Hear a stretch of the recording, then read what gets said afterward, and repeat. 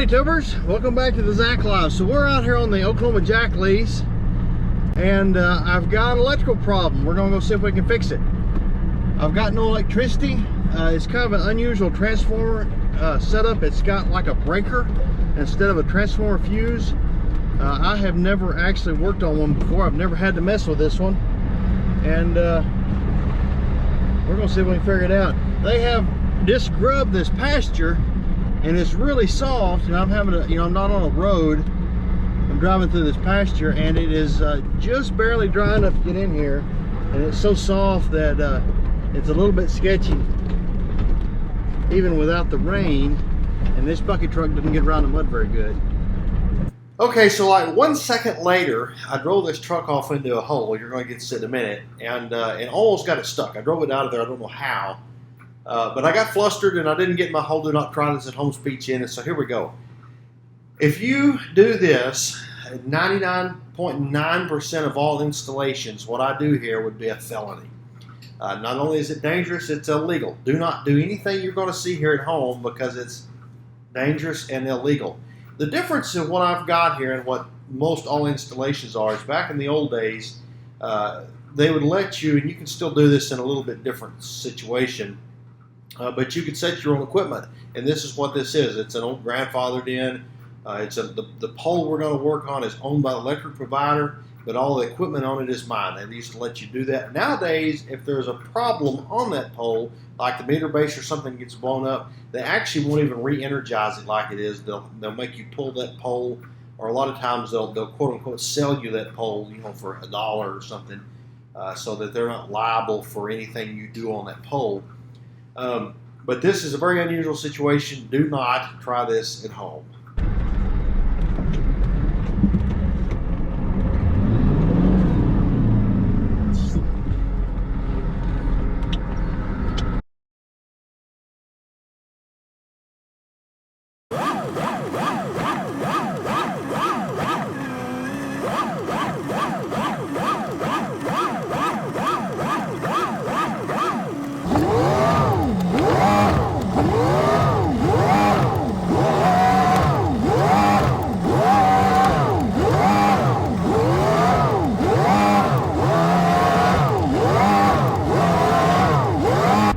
Well, I drove it out of that hole. I don't have any idea how, but here's we're back to our project. We got to work on this transformer.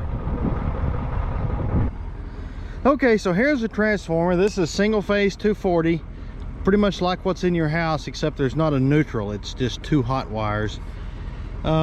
This is the 7200. This is 7200 volts to ground. This is a ground wire. This is a primary voltage coming in. There's a relay trip thing on the other side, like a breaker. I can't see it from here. I'll have to go over there to show it to you later. But basically what we're going to do, I'll tripod you here. This is called a hotline clamp, and I'm going to grab a hold of this, like I said, 7200 volts. With my hot stick, we'll turn that eye bolt out and we'll unhook the 7200 from this transformer so that we can work on this without anything being energized. Now what's different about this is pretty much all transformers have got transformer fuses. Golly.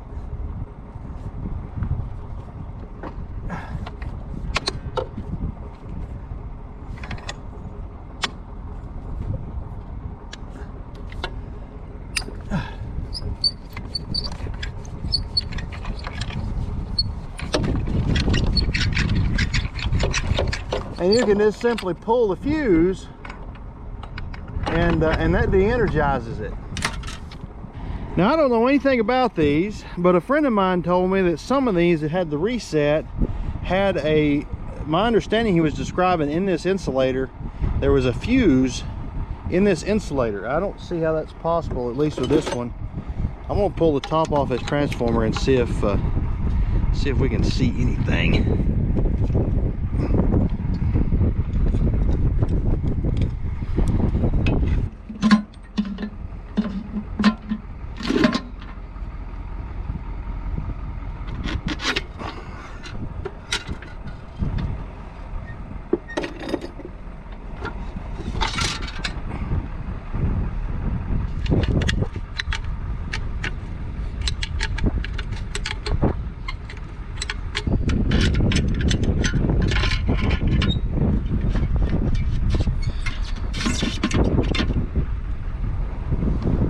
So I finally got this apart.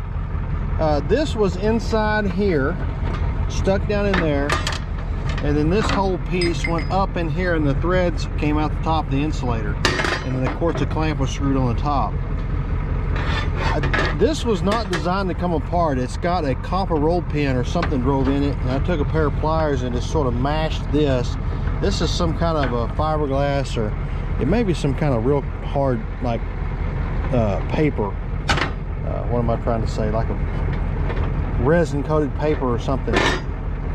Anyway, there's nothing left on here, and I don't know if you'll be able to pick this up, but there's solder on here, and you can see there's a little bitty wire soldered right there that's gone. And I think how this, and I drove on this with a chisel, that's why that's all beat up, trying to drive, you know, I didn't know at the time what this was, drive this back out of here.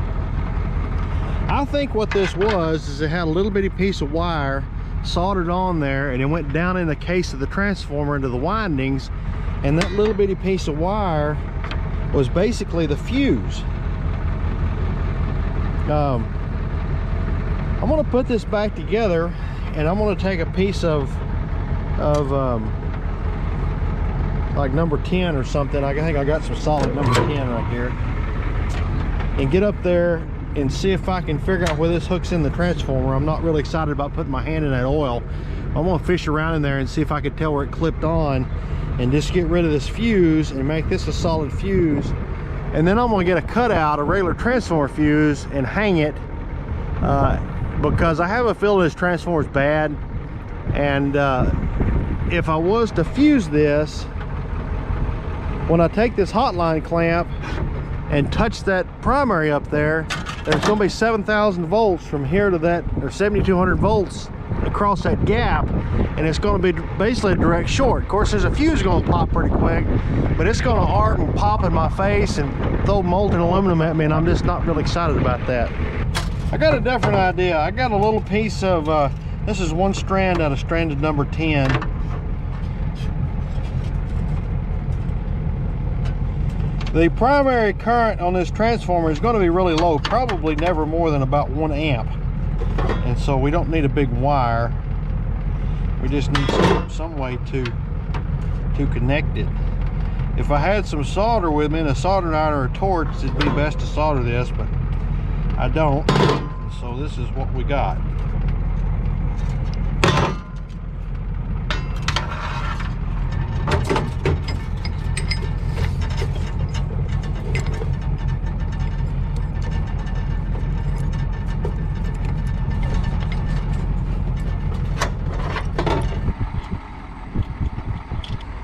Okay, so this little piece here was on a stud, and I just figured that out. I just saw it, and I fished around and found this. It's blown this in two. I have a feeling that this is probably not a good sign, but whatever. So for those of you that know what I'm fixing to say, and you're calling me an idiot, you're absolutely correct. These transformers are full of what's known as PCB oil. I don't know what that stands for. It's some kind of a transformer oil that worked really good in transformers and electrolytic capacitors and stuff. But the problem is it's extremely toxic. It's an environmental hazard. It causes health problems like liver failure, and causes some mental issues like schizophrenia and liberalism. I know, I was in it up to my elbow. Y'all are going to call me idiots, and I will deserve it. I did get it off as quick as I could. I did run home and wash my arm, but you know, it is what it is. But don't do that either.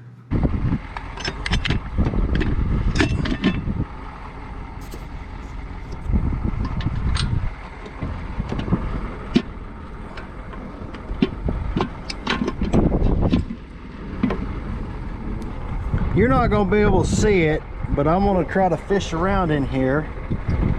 Take the end of that wire we just made. Yeah, I'm gonna be able to reach it, and I can wrap it around that stud and then screw this nut down on it. All right, let me get all this crap off of me. All right, that should be the last time I ever look inside this thing. It might be not the last time I touch the outside of it. I may condemn it, but I'm not ever going to be back in it. So I've talked about these fuses before. This part is known as a cutout, or this is known as a cutout. The part inside here, it's here's the new one. This is the actual fuse. I'll change it just a minute. This one is blown. This is some junk that probably needs thrown away. That I went and robbed off another pole of some old junk that we've got. But it's free and I'm going to use it. So how this works is, let's go ahead and refuse this thing.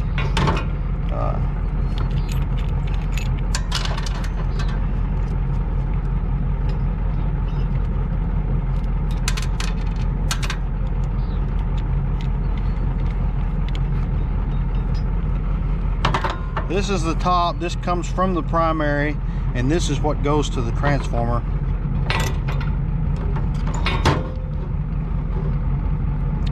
So how this works is there's a little bitty thin piece of wire inside this cardboard that is the fuse. And when it blows, when you blow this fuse, these two ends are mechanically disconnected. This part comes out the end here. This is a 3 amp fuse, which is, this transformer is a 10. It's probably rated just a little over an amp. And so how this works is you pull this back, this little lever down, and you take this wire and wrap it around here. And I would like to demonstrate how these trip open. So when you go to hang this, this is the bottom. You got your hot stick in this eyelet, and you hang this right in there. Then you grab this eye and you swing it up. I'm trying to keep tension on this wire here. You swing it up, and there's a divot up here, and this thing pops in there, and that's energized. Now when you release this wire, when this wire comes loose in here and this pops back, this causes this tension to release, and so, you know, it's not going to fall because we got it laying on its side. But when you release this tension, this thing is, you know, it just will free fall down. And that's how when driving by, you can see if these are blown. So I really don't like this setup. The cutout needs to be here, and the transformer needs to be over here. But that's not what we've got, and so it's not what I got to work with. That's obviously was done because it didn't have a cutout. You know, your wire needs to just be able to sort of go up there with a hotline clamp. You don't want it sort of touching everything and being wrapped around everything, especially the high voltage. I'm going to put it as kind of far this way as I can get away with, and if I ever change this transformer, which I have a feeling is coming quick, I'm going to move the transformer straight down quite a bit at the very least. Man, I got no juice.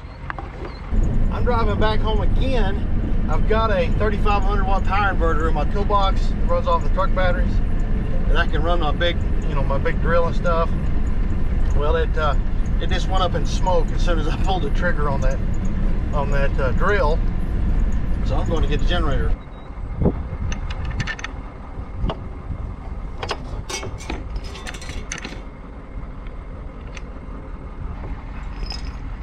All right, so the bottom's the one that goes to the transformer.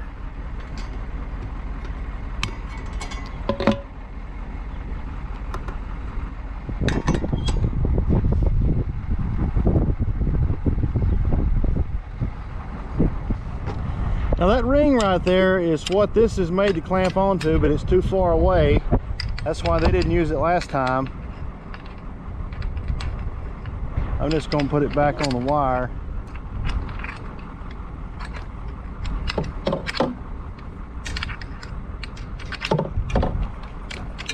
Oh, get on there.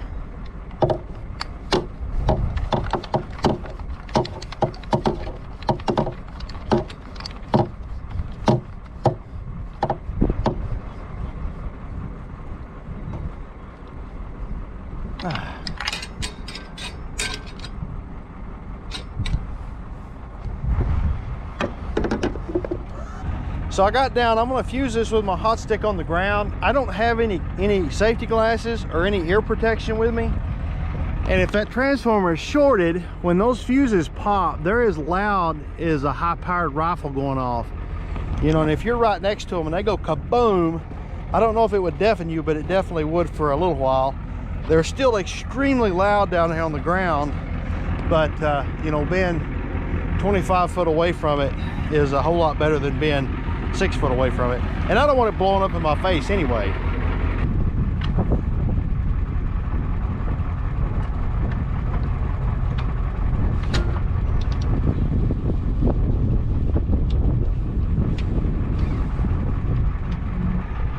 Well, can you see the water pump? Probably not. It took off. I'd have bet money against that. I was talking to a friend of mine's electrician. He's like, yeah, you're wasting your time. You need to go get a transformer. But it's running. You know, it's kind of amazing to me. There's no cutouts over here. There's no fuses. Of course, they started drilling this, like I talked about, you know, in the 40s. So I wouldn't doubt that that transformer is original from 1948 or whatever it was. But it's amazing to me. There's no fuse. This line goes all the way up to the highway. There's no fuse at the highway. I followed this line. It goes way back around. So back in town, the substation has got a big line that comes off of it. It's probably 4/0 or something. You know, everything's 7,200, 12,000, and it heads south, and this line goes way back around and ties into that main line, and there's no fuses between here and that main line, except where it connects to that main line. And then it goes back up here towards the east, back to the highway several more miles, and up and down this highway a long way. It's what feeds all the, they're building a whole bunch of new houses and stuff out there. What's amazing to me is that I am legally able to do what I'm doing here, and there's no fuses anywhere. If I did something stupid, you know, if I put a 100 amp fuse in that cutout and my transformer shorted, it would kill everybody's power and all those new houses and the businesses out there. And you know, there's a couple of farms, and you know, anything newer would have a fuse on this pole, and it would be set up so that I would get all my stuff done, and they would come energize it, and then if I had a fault here, it would just blow that fuse. You know, it wouldn't kill anything else. But there is no protection on this line from what I was jacking with up there, all the way back, you know, that feeds probably, I don't know, 50 houses or something, maybe more than that. So I get asked a lot about what electricity costs out here, and I'd like to show you. The water pump is running right now, and it probably pulls more power than the rest of the wells are about equal to. If you can see this, but if you look here, 78,837 kilowatt hours, 3.98 kilowatts. So this entire lease is pulling about 4,000 watts. And like I say, the water pump is currently running. I would expect the actual average consumption out here to be maybe 2,800, maybe 3,000 watts, something along those lines. And I'm currently paying less than 4 cents. There's several different contracts we're in. They're between about 3.8, 4.1. It's probably about 4 cents. I don't remember exactly what this lease is. As a whole, as a company, we use a lot of electricity, not so much out here. Being how our delivery system is, we pay, I forgot what it is, 2-point-something cents a delivery charge. I don't remember what the number is, so maybe it's about 6 cents a kilowatt hour. Anyway, you figure all that up and it comes out to about 200 bucks a month or something like that to run this lease. The electric providers usually fight over people like us because we have a very smooth, consistent power consumption, especially at night when electricity is cheaper. And they can sort of, you know, bid themselves to death over, you know, a penny here and a penny there. And so we end up getting a pretty good deal on the electricity.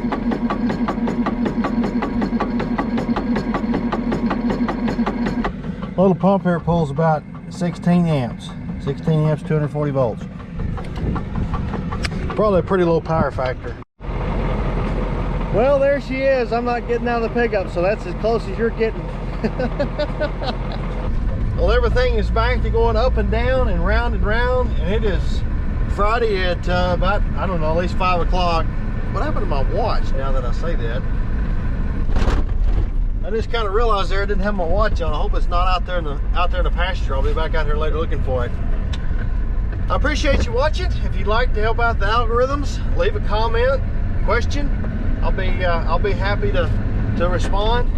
Give it a like, thumbs up, all that good stuff. Hit the bell, subscribe button, and we will catch you on the next one.